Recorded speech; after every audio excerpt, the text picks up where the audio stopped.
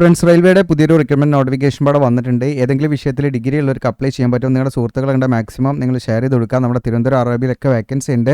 Section control എന്ന് പറയുന്ന പോസ്റ്റിലേക്കാണ് വിളിച്ചിരിക്കുന്നത്. അപ്പോൾ നമുക്ക് ഇതിൻ്റെ ഡീറ്റെയിൽ ആയിട്ടുള്ള നോട്ടിഫിക്കേഷൻ നോക്കാം. അതിന് മുൻപ് നമ്മുടെ ചാനൽ നിങ്ങൾ സബ്സ്ക്രൈബ് ചെയ്യുക, ബെല്ലേക്ക് എനേബിൾ ചെയ്യുക. അല്ലെങ്കിൽ വീഡിയോസ് നിങ്ങൾ സെലക്ട് ചെയ്താൽ നിങ്ങൾക്ക് റീസെൻ്റ് ചെയ്ത വീഡിയോസും കാര്യങ്ങളൊക്കെ കാണാം. പിന്നെ നമ്മുടെ ചാനലിൽ സബ്സ്ക്രൈബ് ചെയ്യുന്ന സമയത്ത് നിങ്ങൾക്ക് മെമ്പേഴ്സ് ഓൺലി വീഡിയോസും കാണാം. മെമ്പേഴ്സ് ഓൺലി എന്നുള്ള ക്ലിക്ക് ചെയ്താൽ നിങ്ങൾക്ക് മെമ്പർഷിപ്പ് എടുത്ത ഉദ്യോഗാർത്ഥികൾക്കായിട്ടുള്ള വീഡിയോസ് നിങ്ങൾക്ക് കാണാൻ പറ്റും കേട്ടോ. വിവിധ വീഡിയോസ് നമ്മൾ ചെയ്ത് വരുന്നുണ്ട്. അപ്പോൾ അത്തരം വീഡിയോസും പാടെ അവർക്ക് കാണാം. അപ്പോൾ നിങ്ങൾ മെമ്പർഷിപ്പും പാടെ എടുക്കാം താല്പര്യം ഉണ്ടെങ്കിൽ. ഇനി അതോടൊപ്പം തന്നെ നിങ്ങൾക്ക് കാലിക്കറ്റ് യൂണിവേഴ്സിറ്റിൻ്റെ ഓൺലൈൻ ഡിഗ്രി അതുപോലെ PG ഒക്കെ ഇപ്പം വീണ്ടും ലിങ്ക് ഓപ്പൺ ആയിട്ടുണ്ട്. അപ്പോൾ അതിന് നമുക്ക് പ്രായപരിധിയോ മറ്റ് കാര്യങ്ങളൊന്നുമില്ല. വീട്ടിലിരുന്ന് പരീക്ഷ ചെയ്ത് അതിൻ്റെ സ്കീം B പ്രകാരം വീട്ടിലിരുന്ന് പരീക്ഷ ചെയ്ത് നിങ്ങൾക്ക് വീട്ടിലിരുന്ന് തന്നെ നിങ്ങൾക്ക് എന്താണ് പഠിക്കുകയൊക്കെ ചെയ്യാനുള്ള ഓപ്ഷൻ ഉണ്ട്. ചെറിയ ഫീ മതി. കാലിക്കറ്റ് യൂണിവേഴ്സിറ്റിയിൽ ഡയറക്റ്റ് നിങ്ങൾക്ക് അപ്ലൈ ചെയ്യാൻ, വേറെ ഏജൻസിയോ മറ്റ് കാര്യങ്ങളൊന്നും വേണ്ട. അപ്പോൾ അതിനെക്കുറിച്ച് ഡീറ്റെയിൽ ആയിട്ട് ഏകദേശം 56 മിനിറ്റ് ഡ്യൂറേഷൻ വരുന്ന വീഡിയോ ആണ് കേട്ടോ.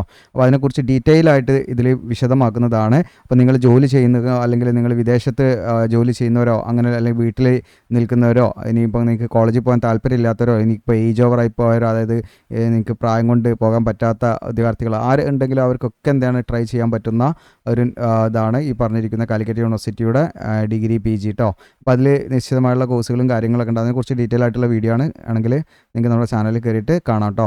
ഓക്കെ, അപ്പോൾ നേരെ നമുക്ക് എന്ത് ചെയ്യാം, RRBയുടെ നോട്ടിഫിക്കേഷനിലേക്ക് വരാം. ഇതാണ് നോട്ടിഫിക്കേഷൻ, നിങ്ങൾക്ക് കൂടെ കാണാൻ പറ്റും. മിനിസ്ട്രി ഓഫ് റെയിൽവേ എന്നൊക്കെ പറയുന്നത് കൂടെ കാണാം. Okay, just ചെയ്തെടുക്കട്ടെ. ഓക്കെ, ഇതിൽ നമുക്ക് വിളിച്ചിരിക്കുന്ന പോസ്റ്റ് എന്ന് പറയുന്നത് സെക്ഷൻ കൺട്രോളർ എന്ന് പറയുന്ന പോസ്റ്റാണ്. ഓക്കെ, അപ്പോൾ ഇതിലേക്ക് ഇതിൻ്റെ ഓൺലൈൻ അപേക്ഷയുടെ സ്റ്റാർട്ടിംഗ് ഡേറ്റും ക്ലോസിംഗ് ഡേറ്റും കാര്യങ്ങളും ഒക്കെ ജസ്റ്റ് നമുക്ക് നോക്കാം. ഓക്കെ, അപ്പോൾ ഇതിലേക്ക് നിങ്ങൾക്ക് ഏതെങ്കിലും വിഷയത്തിൽ ഡിഗ്രി മതി കേട്ടോ, ജസ്റ്റ് ഒരു ഡിഗ്രി മതി. ഇനി ഇവിടെ കാണാം നിങ്ങൾക്ക് ഓൺലൈൻ അപേക്ഷയുടെ സ്റ്റാർട്ടിംഗ് ഡേറ്റ് 15/7 മുതൽ നിങ്ങൾക്ക് 14/8 വരെ ഇതിലേക്ക് അപ്ലൈ ചെയ്യാം. 14/8/2026 ലാസ്റ്റ് ഡേറ്റ്. അപ്ലൈ ചെയ്യേണ്ട ലാസ്റ്റ് ഡേറ്റ് നിങ്ങൾക്ക് ഓഗസ്റ്റ് 14 വരെ സമയമുണ്ട്. അതുപോലെ തന്നെ നിങ്ങൾക്ക് ഫീ അടയ്ക്കാൻ ലാസ്റ്റ് ഡേറ്റ് 16/8 വരെ സമയമുണ്ട് കേട്ടോ.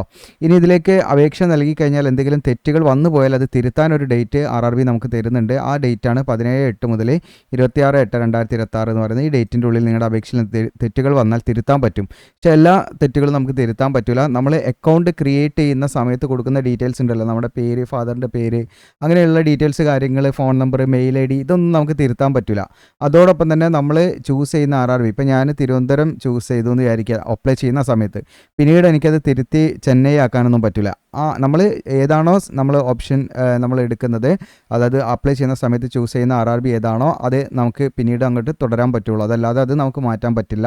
എഡിറ്റിംഗ് ഡേറ്റിലും നമുക്ക് എന്ത് ചെയ്യാൻ പറ്റില്ല, മോഡിഫിക്കേഷൻ ആ ഒരു സമയത്ത് നമുക്കത് മാറ്റാൻ പറ്റില്ല. അപ്പോൾ ഈ പ്രത്യേക കാര്യങ്ങൾ ശ്രദ്ധിക്കുക. നിങ്ങൾ രജിസ്റ്റർ ചെയ്യുന്ന, അതായത് RRBയുടെ വെബ്സൈറ്റിൽ 1 ടൈം രജിസ്ട്രേഷൻ നമ്മൾ ചെയ്യണം. ആ രജിസ്റ്റർ ചെയ്യുന്ന സമയത്ത് ക്രിയേറ്റ് ആൻ അക്കൗണ്ട് എന്ന് ആ സ്ഥലത്ത് കൊടുക്കുന്ന ഡീറ്റെയിൽസ്, നിങ്ങളുടെ Aadhaar number, mail ID, mobile number, ഫാദറിൻ്റെ പേര്, നിങ്ങളുടെ പേര്, മദറിൻ്റെ പേര്, അങ്ങനെയുള്ള കാര്യങ്ങളൊന്നും നമുക്ക് എന്ത് ചെയ്യാൻ പറ്റില്ല, പിന്നീട് നമുക്ക് തിരുത്താൻ പറ്റില്ല കേട്ടോ. അത് പ്രത്യേകം നിങ്ങൾ നോക്കി കണ്ടും കൊടുക്കുക. ഇനീഷ്യലി കാര്യങ്ങൾ, ഡേറ്റ് ഓഫ് ബർത്ത്, ഇതൊക്കെ പ്രത്യേകം നിങ്ങൾ കൊടുക്കുക. അതുപോലെ തന്നെ നമ്മൾ ചൂസ് ചെയ്ത RRB നമുക്ക് തിരുത്താൻ പറ്റില്ല. ഓക്കെ, ഇനി അതോടൊപ്പം തന്നെ സ്ക്രൈബിന് എലിജിബിൾ ആയുള്ള ഉദ്യോഗാർത്ഥികൾ ഉണ്ടാവല്ലോ, ഡിസബിലിറ്റി ഉള്ള ഉദ്യോഗാർത്ഥികൾ, എക്സാം എഴുതാൻ സഹായി ആവശ്യമുള്ളവരാണെങ്കിൽ അവർക്ക് അത് രജിസ്റ്റർ ചെയ്യാനുള്ളൊരു സമയം ഡേറ്റ് ഇതിൽ കൊടുത്തിട്ടുണ്ട് കേട്ടോ, അവരുടെ ഡീറ്റെയിൽസ് കൊടുക്കാനുള്ള. ഓക്കെ, ഇനി ഇതിലേക്ക് നമുക്ക് സെക്ഷൻ കൺട്രോൾ എന്ന് പറയുന്ന പോസ്റ്റാണ്. പേ ലെവൽ 6 ആണ്. ഇനീഷ്യൽ പേ എന്ന് പറയുന്നത് 35,400 ആണ്. അപ്പോൾ ഇത് കണ്ട് നിങ്ങൾ ചെറിയ പേയ്മെൻ്റ് ആണെന്ന് വിചാരിക്കേണ്ട. പിന്നെ ഒട്ടനവധി അലവൻസും കാര്യങ്ങളും ഒക്കെ പാടെ നമുക്ക് അത്യാവശ്യം നല്ല എമൗണ്ട് ഉണ്ടാവും. പിന്നെ അതുകൂടാതെ ഇതിൻ്റെ മെഡിക്കൽ സ്റ്റാൻഡേർഡ് എന്ന് പറയുന്നത് A2 ആണ്. A2 എന്താണെന്നുള്ളത് ഞാൻ വിശദമാക്കുന്നുണ്ട് വീഡിയോയിൽ. അതുപോലെ തന്നെ 1/7/2026 കണക്കാക്കി നിങ്ങൾക്ക് 20 വയസ്സ് പൂർത്തിയായിരിക്കുകയും 30 വയസ്സ് കഴിയാൻ പാടില്ല. ഓക്കെ, 20 to 30 ഏജ് ലിമിറ്റ് വരുന്നത്. മിനിമം 20 പൂർത്തിയായിരിക്കണം, മാക്സിമം 30 വയസ്സ് കഴിയാനും പാടില്ല എന്നുള്ളതാണ്. നമുക്ക് നിലവിൽ വന്നിരിക്കുന്ന വേക്കൻസി എല്ലാ RRBയിലേക്കുമായിട്ട് 119 വേക്കൻസിയാണ്. വളരെ കുറഞ്ഞ വേക്കൻസി ആണെന്ന് വിചാരിക്കേണ്ട. വേക്കൻസി കൂടാനും കുറയാനൊക്കെ സാധ്യതകളുണ്ട് എന്നുള്ളതാണ്, നമ്മൾ ട്രൈ ചെയ്യുക എന്നുള്ളതാണ്.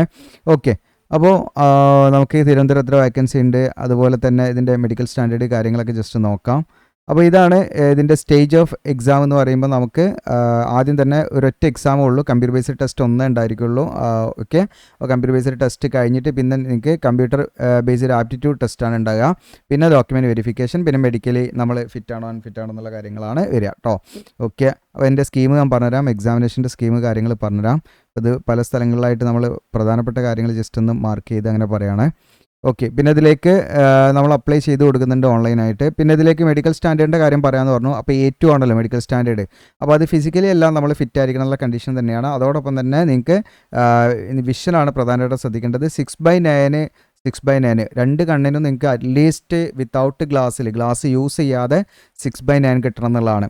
ഓക്കെ, അപ്പോൾ നിങ്ങൾക്ക് ഇപ്പോൾ ഗ്ലാസ് നിങ്ങൾ യൂസ് ചെയ്യുന്നുണ്ട്, ഇപ്പോൾ നിങ്ങൾ ആ ഗ്ലാസ് എടുത്തിട്ട് നിങ്ങൾക്ക് 6/9 രണ്ട് കണ്ണുണ്ടെങ്കിലും നിങ്ങൾക്ക് അപ്ലൈ ചെയ്യാം. ഓക്കെ, അപ്പോൾ ഗ്ലാസ് ഇട്ടാൽ നിങ്ങൾക്ക് 6/6 വരും. ഇപ്പോൾ ചില വിദ്യാർത്ഥികൾക്ക് 6/6 ഗ്ലാസ് ഇട്ടിട്ട് വരുന്നുണ്ട് വിചാരിക്കാം. അപ്പോൾ അവർക്ക് ഗ്ലാസ് ഊരിയിട്ട് അവർ ചെക്ക് ചെയ്ത് നോക്കാം, നിങ്ങൾക്ക് 6/9 അറ്റ്ലീസ്റ്റ് കിട്ടുന്നുണ്ടെങ്കിൽ നിങ്ങൾക്ക് തീർച്ചയായിട്ടും അപ്ലൈ ചെയ്യാം. ഓക്കെ, ഗ്ലാസ് വെച്ചിട്ട് നമുക്ക് എന്ത് ചെയ്യാൻ പറ്റില്ല, 6/9 കിട്ടിയിട്ട് കാര്യമില്ല കേട്ടോ. അപ്പോൾ അത് പ്രത്യേകം ശ്രദ്ധിക്കുക. പിന്നെ നിയർ വിഷനും 0.6 വിത്തൗട്ട് ഗ്ലാസ് തന്നെയാണ് നമുക്ക് വേണ്ടത്.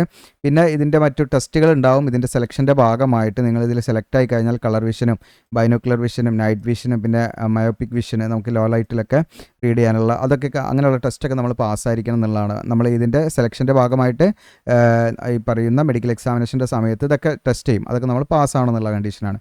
പിന്നെ നിങ്ങൾക്ക് ലേസിക് സർജറി അല്ലെങ്കിൽ മറ്റെന്തെങ്കിലും സർജിക്കൽ പ്രൊസീജിയർ റിഫ്രാക്റ്റീവ് എറർ നിങ്ങൾക്ക് കറക്റ്റ് ചെയ്യുന്നതിൻ്റെ ഭാഗമായിട്ട് എന്തെങ്കിലും സർജറി ഒക്കെ ചെയ്തിട്ടുണ്ടെങ്കിൽ അങ്ങനെയുള്ള വിദ്യാർത്ഥികൾ ഈ പറയുന്ന സെക്ഷൻ കൺട്രോളിലേക്ക് അപ്ലൈ ചെയ്യാൻ എലിജിബിൾ അല്ല കേട്ടോ. അതൊക്കെ പ്രത്യേകം ശ്രദ്ധിക്കുക.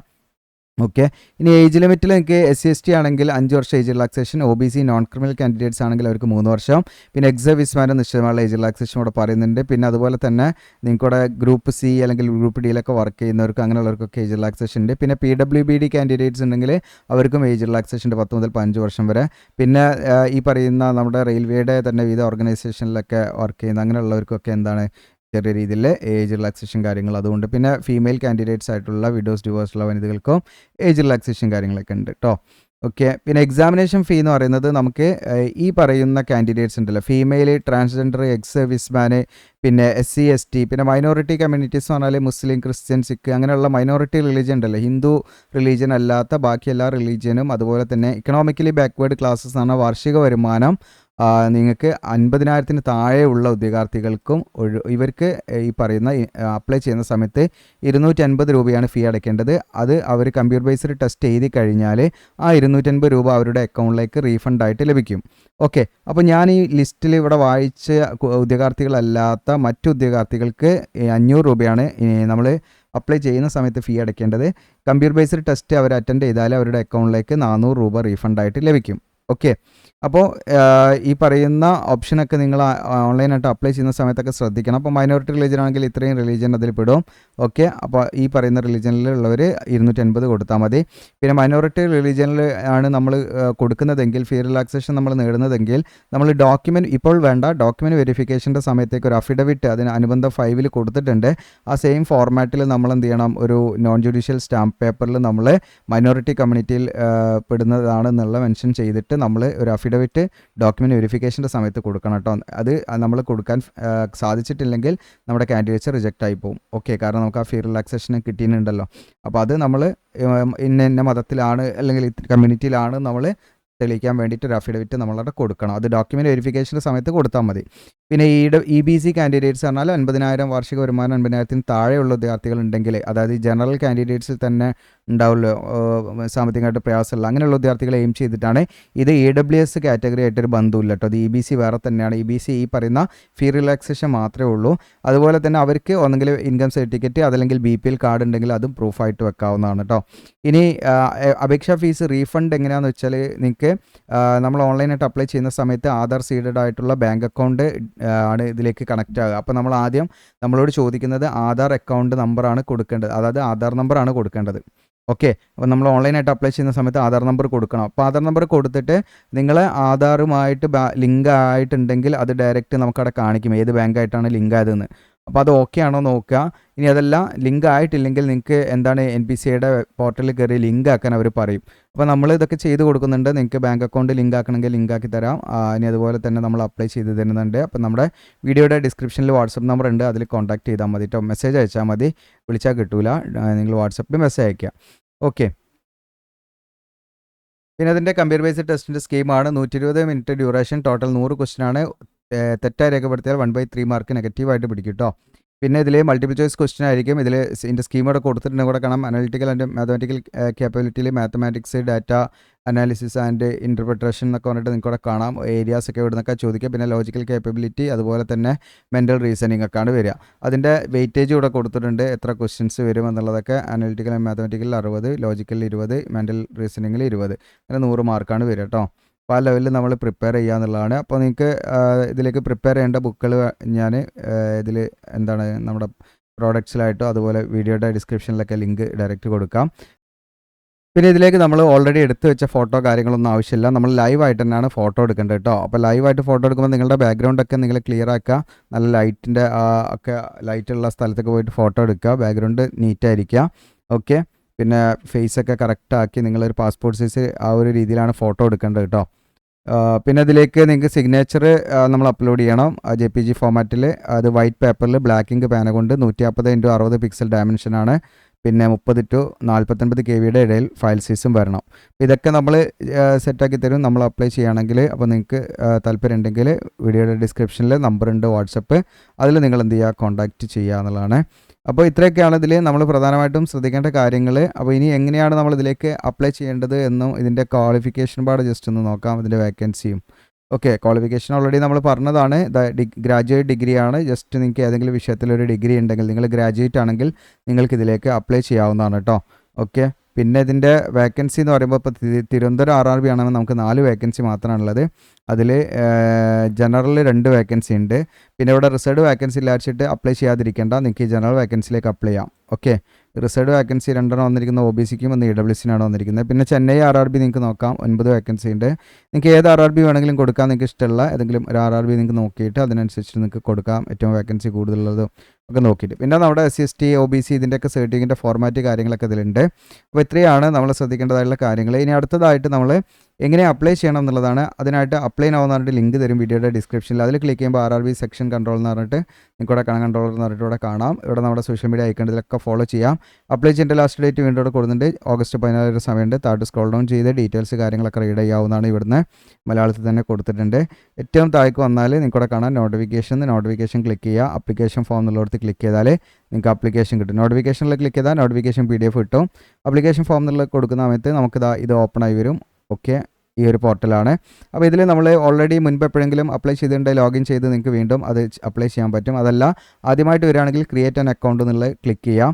അപ്പോൾ ക്രിയേറ്റ് ആൻ അക്കൗണ്ട് എന്നുള്ള ഈ ഒരു ഭാഗത്ത് കൊടുക്കുന്ന ഡീറ്റെയിൽസ് ഉണ്ടല്ലോ, ഇത് നമുക്ക് തിരുത്താൻ പറ്റില്ല കേട്ടോ. നമ്മൾ ഒറ്റ തവണ നമുക്കിത് ചെയ്യാൻ പറ്റുള്ളൂ.